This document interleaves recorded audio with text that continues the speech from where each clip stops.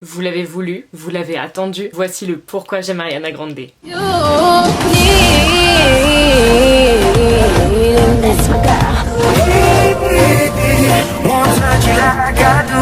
Hello mes poulets. Alors on est de retour aujourd'hui pour un pourquoi j'aime que vous avez attendu comme pas possible. Les Arianators étaient comme des dingues dans mes commentaires, dans mes DM, partout. J'ai mis un peu de temps parce qu'il fallait aussi écrire le script, fallait que ce soit un truc un minimum de qualité quand même, pas juste que je dise écoute, je la trouve belle, c'est pour ça que je la kiffe. Donc voilà pourquoi j'ai mis du temps. Bon, faites pas attention au bordel ambiant derrière moi, c'est parce que je suis en train de faire ma valise, donc je trie du linge et je fais des trucs, donc pardonnez-moi, ok? C'est parti. Toi aussi tu veux parler d'Ariana Grande mon bébé? Oh, on parle d'Ariana Grande, on parle d'Ariana Grande, on parle d'Ariana Grande, on parle d'Ariana. Alors first thing first, qui est hyper importante, qui pourtant semble basique mais qu'on oublie, c'est que Ariana c'est une vraie chanteuse. C'est pas une chanteuse parce qu'on lui fait chanter des sons, c'est une vraie chanteuse qui a une vraie voix, qui a un coffre de dingue. Elle peut monter jusqu'à 4 octaves, je tiens à vous le préciser. Au niveau de la voix et de la poussée, de la portée de celle-ci, pas mal de gens la comparent justement et à juste titre à Mariah Carey parce que c'est un vrai coffre. Surtout que Ariana pour son petit corps et tout, des fois tu t'attends pas, hein. Quand tu l'entends tu t'attends pas à ce qu'elle puisse pousser à ce point là. Pour ça il suffit mes poulets que vous alliez voir ces vidéos des versions a cappella de beaucoup de ses sons et t'es là en train de te dire ah ouais d'accord, en fait y a pas de fausse note, y a pas de tremblement dans la voix, y a pas d'hésitation, tu sais que c'est une vraie chanteuse et ça, ça se fait de plus en plus rare, hein. Contrairement à certaines personnes comme Beyoncé que je kiffe même si vous le savez, ce que j'aime c'est que Ariana en tant qu'actrice elle passe super bien à l'écran parce que dans tous les cas il y a beaucoup de gens qui l'ont connue soit dans Victorious, Sam & Cat, mais récemment l'an dernier je l'ai vue dans Scream Girls que ceux qui ont Netflix peuvent voir. Je vous conseille cette série.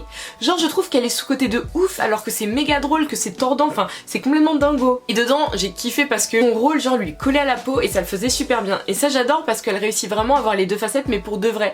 Pas être une actrice moins bof mais franchement elle joue bien ses trucs. Autre chose que je kiffe chez Ariana, mais ça je pense aussi c'est beaucoup à voir avec son sang italien et après c'est très personnel, c'est un truc que je recherche chez un peu tous les êtres humains que je fréquente qui sont proches de moi, c'est qu'elle a un grand sens de la famille. Ceux qui sont fans d'elle le savent, elle et son frère Frankie sont unis comme les doigts de la main dans tous les cas, inséparables comme pas possible, mais dans pas mal de ses sons, on peut aussi entendre que ce soit au niveau des grands-parents comme de ses parents, ils sont vraiment ultra soudés. Puis même il suffit de regarder des documentaires et des trucs et d'autres, ses stories et tout ça, ils sont tous ultra soudés, c'est un truc je trouve...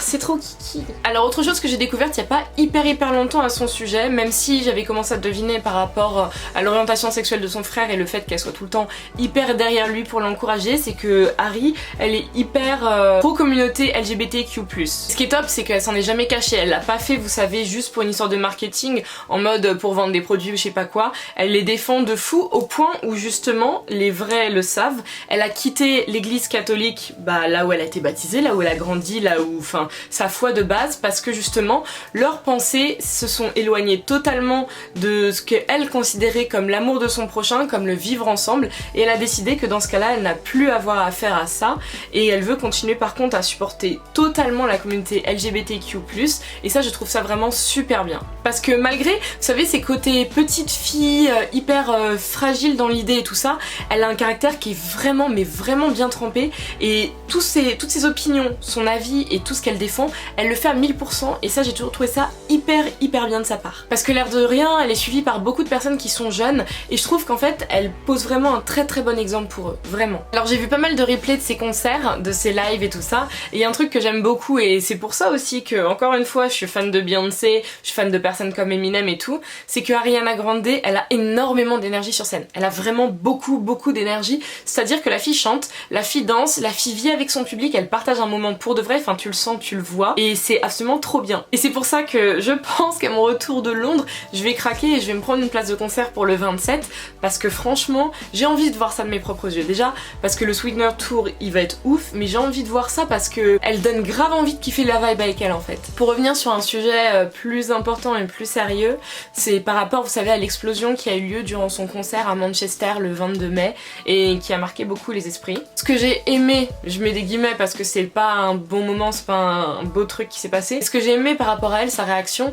c'est qu'elle est pas allée s'enfermer, vous savez, pendant 6 mois en pensant uniquement à sa santé mentale et à tous les trucs comme ça. Elle est allée aider les autres personnes et je pense que c'est ça qui l'a aidée aussi en retour. C'est-à-dire qu'elle a rendu visite aux familles des victimes, que ce soit des blessés ou malheureusement les personnes qui sont décédées. Elle a passé beaucoup de temps avec, dans les hôpitaux, dans leur maison même, et franchement j'ai vu beaucoup de choses là-dessus, j'ai vu des vidéos, j'ai vu pas mal de trucs et ça m'a fait beaucoup de bien parce que tu sens que c'est un humain qui est vraiment bien à la base, qui déjà aime beaucoup ses fans, c'est une première chose, mais un humain qui est vraiment bien à la base parce que même, regardez, en l'espace de je crois une semaine, elle a tout mis en place pour le concert commémoratif et en honneur aux victimes. Et il y avait tellement, vous savez, d'émotions dans ce concert, elle-même elle a même pas retenu ses larmes en fait. Elle s'est mise à pleurer à plusieurs reprises parce que je pense que c'est un gros moment, c'est un gros truc, surtout quand t'es un être humain qui a un cœur. Et franchement, quand j'avais vu tout ça, je me suis dit ok, déjà que l'enfant me plaît beaucoup parce que ça a l'air d'être un bel être humain, mais là elle le prouve. Donc juste avant, je vous ai précisé qu'elle aime ses fans, et il y a pas mal de choses que j'ai pu voir tourner sur Twitter que j'avais trouvé assez drôle justement et assez touchant. C'est qu'il y a pas mal de fois où quand ses fans, vous savez, connaissent l'hôtel où elle réside, tu restes en bas, t'attends que la star elle descende, t'attends d'avoir ton selfie, d'avoir un autographe et tout. Et à plusieurs reprises, malheureusement, il y avait soit de la pluie, soit il faisait très froid, et en fait, elle a été vraiment hyper adorable et cool parce qu'il y a des fois où elle leur faisait parvenir des livraisons, donc elle payait elle-même, des livraisons de Starbucks et trucs comme ça. Et il y a même eu une fois, j'ai vu les photos où elle a invité ses fans dans sa chambre d'hôtel. Elle avait fait venir en fait des énormes tables pour faire, vous savez, genre un banquet, un grand truc de dingue, et ils étaient peut-être je crois une quarantaine et ça devait être trop bien. Des stars qui font des trucs comme ça, qui pensent vraiment à leurs fans, je crois pas qu'il y en a encore beaucoup aujourd'hui. Autre chose que j'aime bien, c'est que c'est une fille qui a l'air d'être quand même hyper drôle, outre le fait qu'elle soit talentueuse, hein, elle a l'air d'être drôle et vous savez d'avoir vraiment un sens de dérision et tous les trucs comme ça, parce que je sais pas si vous aviez vu quand elle était passée dans l'émission de Jimmy Fallon, toutes les imitations qu'elle peut faire des stars, tous les petits trucs comme ça, mais elle est trop bien. Vous savez, elle est pas à être hyper hautaine tout le temps, à se la raconter, à toujours être là comme ça et tout. Non, non, non, elle a l'air d'être une fille qui a encore les pieds sur terre et ça c'est un truc que je kiffe vraiment. Et n'hésitez surtout pas à aller voir les vidéos où elle imite les stars justement parce que c'est à mourir de rire, c'est franchement trop ouf. Et justement, je vous disais que c'est une fille qui a pas l'air de vraiment se prendre la tête et qu'elle a les pieds sur terre, mais en plus de ça, elle m'a l'air d'avoir un peu l'air de s'en foutre de la vie des gens par rapport à elle et ce qu'elle décide pour elle-même, et ça je trouve ça génial, parce que je pense que quand on est arrivé à ce niveau-là, même si t'es habitué aux critiques et tout ça, c'est un truc qui peut te faire mal. Il y a énormément de stars qui ont changé pour plaire à l'opinion publique. Mais pour le coup, pour Ariana par exemple, le truc qu'on lui reproche le plus, c'est son choix de coiffure et sa garde-robe. À savoir que ces high ponytails qu'on voit jusqu'à fatiguer, ainsi que ces robes sweet là avec ses cuissardes, on a l'impression que l'enfant elle a que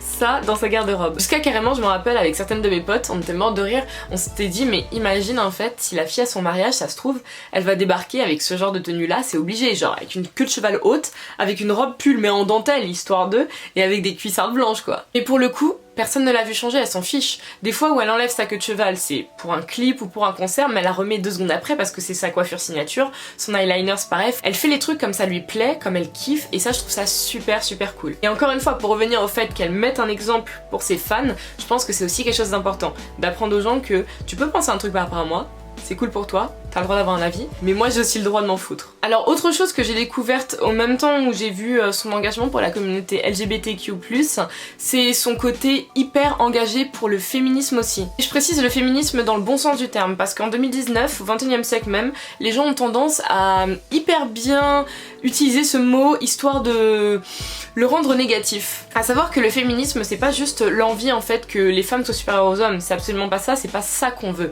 Ce qu'on veut c'est l'égalité. C'est l'équité, c'est ça qu'on demande en fait. Et c'est pour ça que le féminisme ne doit pas être propre que juste aux femmes. Les hommes aussi doivent être féministes eux-mêmes, sinon ça veut juste dire que cette société phallocrate dans laquelle on est, ça correspond encore à ta manière de penser et donc que dans ta tête on est en 1915. Et ça j'ai toujours aimé dans les interviews qu'elle a eues à la radio beaucoup de fois, elle a vraiment remis les journalistes à leur place parce qu'ils aiment beaucoup, vous savez, la mettre au rang de gentille petite femme toute mignonne qui se maquille et qui se trouve belle nanana. Alors qu'elle explique aux gens que ça va beaucoup plus loin que ça, être une femme, qu'on s'arrête pas là, qu'on a des combats, et je trouve ça super bien. Elle s'assume, mais surtout elle pousse les gens à s'assumer et à se battre pour des bonnes causes. Et là-dessus justement j'embraye sur le titre God is a Woman, que beaucoup ont trouvé que c'était un beau titre, c'est un très beau titre, la chanson est très cool et tout ça, mais ça va beaucoup plus loin qu'une simple chanson. Parce que je sais pas si vous vous rendez compte, mais pour une fille qui a quitté l'église, d'écrire un son qui s'appelle God is a Woman, donc c'est une vraie prise de parti, c'est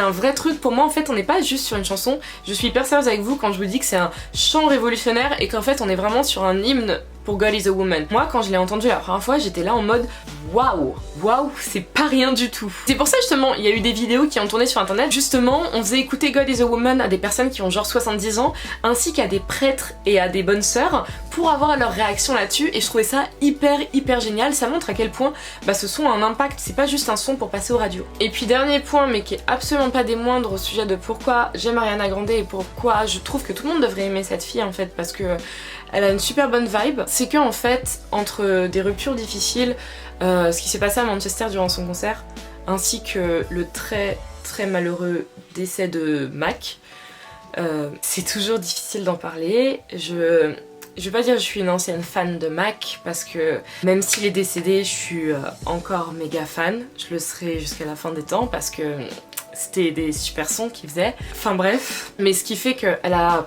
passé des périodes hyper difficiles avec tout ça, et il y a énormément de personnes qui s'en seraient pas sorties, il y a énormément de personnes qui auraient gardé la tête sous l'eau, qui se seraient noyées, et elle l'a pas fait, elle s'est pas enfermée elle, dans la drogue, dans l'alcool, dans des choses comme ça, elle a décidé de se battre, et je pense que sa musique ça a été un truc qui l'a beaucoup aidé aussi, et ses fans, l'air de rien, la famille aussi bien entendu, et c'est un truc que j'ai énormément admiré parce que quand tu vois tout l'enchaînement, tu te dis qu'elle est hyper jeune, c'est pas une fille qui a 45 ans et qui a vécu énormément de merde dans sa vie, elle est hyper jeune et elle a réussi à se relever et franchement, chapeau. Allez, vous regardez, attends une seconde, je finis ma vidéo et je te laisse sortir frère. Donc voilà mes poulets, c'est tout pour moi pour cette vidéo tant attendue sur le pourquoi j'aime Ariana Grande. Désolée d'avoir fini sur une note beaucoup plus tristoun, beaucoup plus voilà, mais j'étais obligée d'en parler parce que c'est un truc que j'admire énormément à son sujet, que franchement je suis moi aussi passée par des trucs pas drôles, que vous aussi c'est sûr et certain, et de voir qu'elle a enchaîné tout ça et de manière très publique et qu'elle s'en est sortie quand même, et bah voilà, rien que pour ça chapeau en fait. Donc même si vous ne l'aimez pas, rien que pour ça vous devriez l'aimer parce que c'est pas rien et voilà. Donc j'espère que vous avez kiffé la vidéo, la Ariana Tours, j'espère que vous êtes contents et que je vous ai fait honneur, que j'ai dit des choses qui vous plaisaient. Bien sûr on pense pas tous les mêmes choses, moi c'est les points perso sur lesquels je kiffe Harry, et vous n'hésitez surtout pas en commentaire à me partager ceux sur lesquels vous êtes grave in love d'elle. Moi je vous retrouve très bientôt pour une nouvelle vidéo et je vous fais des gros bisous en attendant. Peace.